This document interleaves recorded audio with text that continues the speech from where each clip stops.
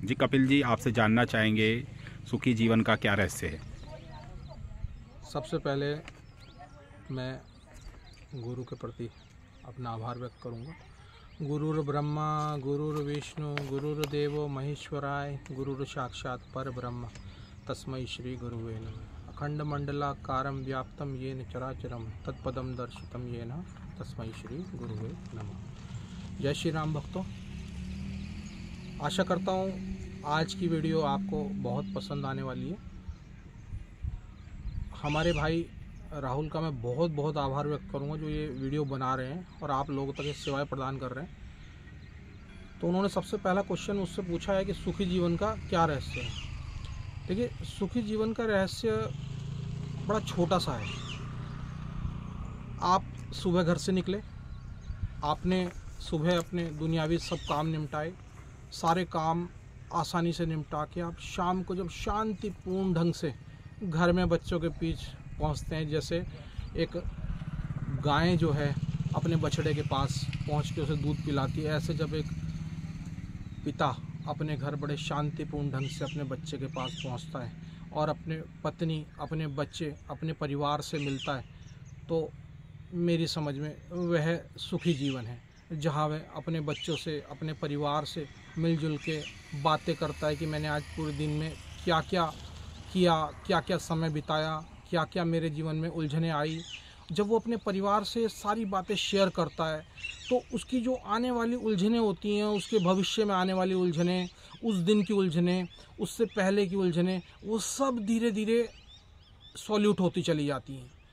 और यही एक सांसारिक जीवन में एक सुखी जीवन का रहस्य है कि हम अपने परिवार, अपने घर अपने परिवार को ऐसा महत्व दें और उनके साथ हम जुड़े रहें, उनके साथ हम हर बात को शेयर करें, उनके साथ बड़े शांतिपूर्ण ढंग से हम व्यवहार करें, बिना झगड़े के, बिना किसी भेदभाव के। हम छोटे बड़े, हम अपने बच्चों पर पूरा ध्यान दें, अपने पत्नी पे पूरा ध्यान दें, अपने माँ बाप पे पूरा ध्यान दें, अपने माँ और बाप को गुरु के समान समझें। यही सुखी जीवन का मेरी नज़र में जी रहस्य है। जी, अगले प्रश्न की तरफ बढ़ते हैं।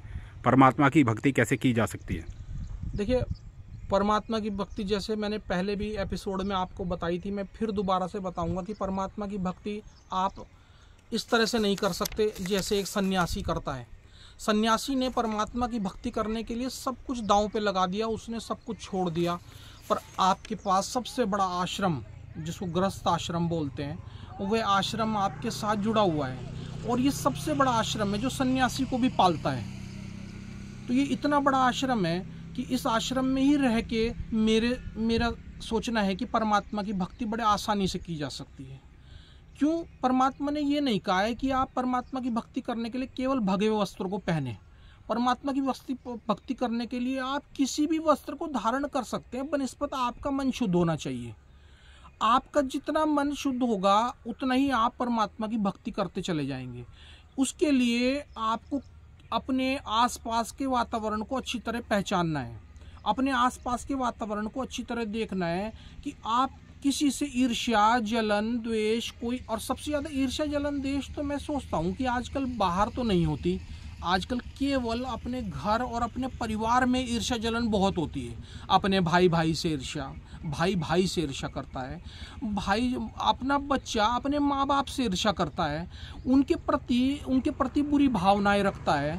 तो आप ये बताइए, जब आपके प्रति मन के अंदर इतना मैल है और आप बैठ के हनुमान चालीसा कर रहे हैं, तो हनुमान चालीसा का क्या महत्व रहेगा जब आप हनुमान जी को तो पूज रहे हैं गुरु के समान, और अपने माता पिता को आपने गुरु बनाया ही नहीं। आज तक आपने देखा कितने लोग ऐसे हो गए जीवन में, कितने लोग जो आज अपने बूढ़े माँ बाप को वहाँ छोड़ के आ रहे हैं और अपनी गृहस्थी को बसाने के लिए बाहर इंग्लैंड, अमेरिका जा रहे हैं, पर अपने माँ बाप को छोड़ के जो है ना वहाँ जा रहे। क्या दुर्गति इन लोगों की होगी, ये इनको नहीं पता। इनको ये नहीं पता कि इनकी इतनी बुरी दुर्गति इस जीवन में होने वाली है कि शायद ये समझ भी नहीं सकते। तो सबसे पहले जिसने अपने गुरु, अपने माता पिता को आत्मसात किया है, सबसे पहले उनको गुरु माना है, तो उसका मन वैसे ही साफ रहता है। जिसने भी अपने गुरु, अपने माता पिता को अपना गुरु बनाया हुआ है, मेरा उनके प्रति बहुत बहुत आभार, बहुत बहुत प्रणाम उनके लिए। क्यों? क्योंकि वहाँ से ही मन का साफ होने का रास्ता साफ होता है। उसके बाद अपने परिवार के प्रति अच्छी भावना रखना, अपने परिवार के प्रति अच्छे विचार रखना, इसी से ही परमात्मा की भक्ति संभव है। बनस्पत इसके बाद आपको जीवन में आध्यात्मिक गुरु मिलते चले जाते हैं, वही आपको रास्ता आगे का बताएंगे कि इस 84 के लाख से योनियों से पार होने का, 84 की योनि से पार होने का रास्ता क्या है। उस गुरु को आप पकड़ के, उसका हाथ पकड़ के चलता जब बनस्पत, वो गुरु पूरा होना चाहिए, वो कोई भी हो, वो गुरु केवल पूरा होना चाहिए। पूरा गुरु ही जीवन में पूरा रास्ता बता सकता है। क्या अपने नित्य कार्य करते हुए भी भक्ति की जा सकती है? हाँ, अपने नित्य कार्य करते हो बड़े आसानी से भक्ति की जाती है, क्योंकि हमें, मैंने पिछली वीडियो में भी बताया था आपको कि हमें केवल हाथों से, अपने शरीर से तो काम करना और अपने मन को भक्ति में लगा के रखना है। आप हर किसी को परमात्मा मान के भक्ति कर सकते हैं। आप हर किसी को जो है, जो भी आप शरीर, आपको लोगों में शरीर नहीं देखना है, आपको देखना है कि ये एक आत्मा है, ये मेरे पास आई है, इसको मेरे से आवश्यकता है, इसकी मैं सेवा कर सकता हूँ। चाहे आप किसी को रास्ता ही बता रहे हैं तो आप उसको रास्ता बताएं तो बिल्कुल सही रास्ता बताएं, जिसकी वजह से वो आपकी सेवा हो जाएगी। सेवा यही नहीं जो आप गुरुद्वारे में, मंदिर में झाड़ू लगाए कर रहे हैं, आप हर समय सेवा कर सकते हैं। आप अपने काम को ड्यूटी मान के करें। आपने जो भी काम किया, आप अपने काम को ड्यूटी इसलिए मान के करें कि इससे मेरा परिवार पलता है, मेरे परिवार में 2 जने, 4 जने, 6 जने, वो मेरी सेवा के ऊपर डिपेंड रहते हैं।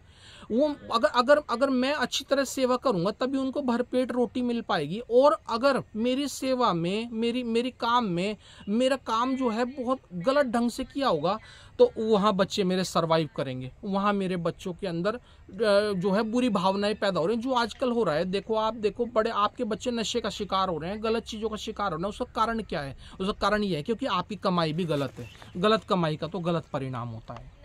इसीलिए आपके प्रति परमात्मा की भक्ति जागृति नहीं होती। आप जाते हैं, हनुमान चालीसा करते हैं, करके आप भी जाते हैं, फिर भी दुखी रहते हैं। क्या कारण है? क्या इतने उन्होंने साफ शब्दों में लिख दिया है अपने कि जो 7 बार पाठ पर कोई, छूट ही बंदई महासुख होई। जब तुलसीदास जी ने इतना बड़ा वर्ड लिख दिया कि जो 7 बार, तो इसका मतलब आप 7 बार सत्य तरीके से हनुमान जी को नहीं मान रहे हैं, नहीं उनकी बात को मान रहे हैं। तो बताइए तुलसीदास जी क्या करेंगे? उन्होंने तो एक वचन में सारा वचन कह दिया। तो ये परमात्मा की भक्ति करने का तरीका है। जिसको भी माने, पूर्ण भक्तमय तरीके से माने, पूर्ण समर्पित हो जाएं उसके प्रति। जी कपिल जी, एक चीज़ और जानना चाहेंगे, क्या सुखी जीवन के लिए भक्ति आवश्यक है? हाँ, यस, सुखी जीवन के लिए भक्ति बहुत आवश्यक है। क्यों? क्योंकि जब मन साफ नहीं होगा तो आप लोगों से लोगों से दगा करेंगे, लोगों से दुश्मनी मोल लेंगे, लोगों से गलत भावनाएं रखेंगे, उनके प्रति आप ऐसी भावनाएं रखेंगे कि इसको मैं मार दूं, इसके कोई सड़क में कोई जा रहा है, कोई मान लो कोई स्त्री जा रही है तो आप उसके प्रति बुरी भावना रखेंगे। जैसे आजकल समाज में हो रहा है, कई तरह के बलात्कार हो रहे हैं, कई तरह के, क्यों? क्योंकि वो बुरी भावनाएं मन के अंदर पैदा हो रही हैं। परंतु भक्ति करते वाले आदमी का मन जो है मलिन नहीं होता। भक्ति करने वाले आदमी का मन साफ हो जाता है। और इसलिए आवश्यकता इसलिए है भक्ति की क्योंकि वही 84 की योनि से पार ले जाती है भक्ति। आज अगर हनुमान जी भक्ति न करते श्री राम भगवान जी की, तो वो भी उस पूर्ण परमात्मा को न प्राप्त हो सकते थे। ये बिल्कुल कटु सत्य है। तो इसीलिए जो है, जब उन्होंने भक्ति करके वो चीज़ पाई है तो आप भी वो चीज़ पा सकते हैं। हर आदमी वो चीज़ पा सकता है। क्यों? क्योंकि भक्ति ही मन को साफ करने का एक माध्यम है। और जब तक मन साफ नहीं होगा तब तक कोई रास्ता तय नहीं हो सकता, जब तक ये मन दोस्त नहीं बनेगा। इसलिए परमात्मा की भक्ति आवश्यक है। अपने हर तरीके के आपके काम इतने आसान हो जाएंगे, आपको लाइफ इतनी आसान लगेगी, आपको पैसा कमाना इतना आसान लगने लगेगा। क्यों? क्योंकि आपका मन बिल्कुल साफ हो चुका है। आपको कोई धोखा नहीं दे सकता, आपको कोई दुश्मन नहीं बन सकता।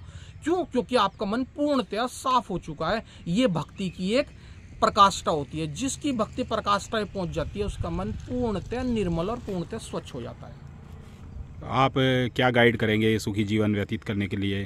क्या ऐसे विचार देंगे छोटे? देखो, मेरा मानना बस यही है कि सुखी जीवन जीने के लिए अपने मन को निर्मल रखिए। मन को निर्मल रखिए और बनाने की कोशिश कीजिए। एक दिन का काम नहीं है मन को निर्मल बनाना। डेली अभ्यास करते रहिए। हर आदमी के अंदर बुराई होती है। मैं यहाँ बोल रहा हूँ आपके सामने, मेरे अंदर भी लाख बुराइयां हैं इस समय, पर मैं चाहता हूं कि मेरे अंदर अगर एक अच्छाई आई है तो उसको आप लोग ग्रहण करिए। जिसके अंदर जो भी अच्छाई है, आप लोगों की बुराई देखना बंद कर दीजिए। हर आदमी की बुराई देखना बंद कर दीजिए। इवन देन कुत्ते तक की बुराई देखना आप बंद कर दीजिए, उसकी भलाई लीजिए। जब आप सबकी भलाई लेना, अभी आपके जीवन उल्टा चल रहा है, आप सबकी बुराई देख रहे हैं, सबकी बुराई देख रहे हैं, इवन देन हर आदमी की आप बुराई देख रहे हैं। और हमारे यहाँ देखिए, हमारे कितने बड़े अध्यक्ष जी हैं, अध्यक्ष जी इतना अच्छा काम करते हैं, हनुमान मंदिर बनाया, और हम उनकी बुराई देखते हैं अध्यक्ष जी की। हम अपने अध्यक्ष जी के बारे में पता नहीं क्या क्या सोचते हैं। शायद उनमें मैं भी ऐसा हुआ करता था कभी, पर आज मैं देखता हूँ कि मेरे अध्यक्ष जी जो है बहुत अच्छा काम करे, इतने लोगों को साथ में जोड़ा हुआ है। तो ऐसे हर आदमी की हमें हर अच्छाई को पकड़ना है। बस अच्छाई पकड़ने के साथ साथ जैसे जैसे हम अपनी अच्छाइयाँ पकड़ते चले जाएंगे, बुराई धीरे धीरे धीरे धीरे निकलती चली जाएगी। पर ये एक दिन का काम नहीं है, इसके लिए 1 महीना भी लग सकता है, 2 महीना भी, 1 साल, 2 साल, 10 साल, 20 साल। पर हिम्मत ना हारिए, क्योंकि जो है ना, हिम्मत हारने वाला इंसान जो है कुछ नहीं कर सकता जीवन में। ये तो पूरा अपना जीवन दांव पे लगाने वाला काम है। तो इसमें आप जब भी, जैसे ही आपका मन निर्मल हो जाएगा, आपको परमात्मा की प्राप्ति हो सकती है।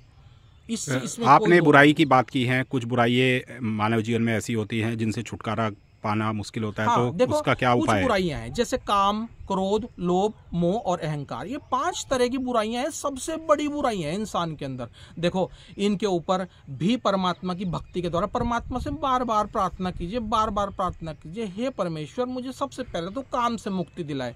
क्यों? अगर काम से मुक्ति नहीं मिली, और हम काम का मतलब कामनाएं भी हो सकती हैं, और काम का मतलब संभोग भी हो सकता है, क्योंकि अगर इनसे मुक्ति नहीं मिली तो ये जो सबसे जो हमारा वीर्य है वो इतना गाढ़ा है। ये मैं बहुत हाई टॉपिक की बात कर रहा हूं, क्योंकि जैसे ही आप ध्यान में बैठेंगे, ध्यान में बैठने पे अगर आपका वीर्य कमजोर होगा तो आप नीचे गिर जाएंगे, और आप नीचे गिर जाएंगे, डिप्रेशन तक के शिकार आप जीवन में हो सकते हैं। पर अगर आपका वीर्य में गाढ़ापन होगा तो वो जैसे टुल्लू लगाते हैं आप पंप में, इसी तरह आप जो ऊपर की तरफ बढ़ते चले जाएंगे। और हमें अपनी एनर्जी को मूलाधार चक्र से आज्ञा चक्र पे ले जाना है। सबसे पहले तीसरा तिल बोलते हैं जिसको, आज्ञा चक्र पे। सबसे पहला काम, हमें अपनी एनर्जी को ऊपर की तरफ ले जाना है। जैसे जैसे हमारी एनर्जी ऊपर की तरफ चलेगी, वो कब होगा? जब हम ब्रह्मचर्य का पालन करेंगे।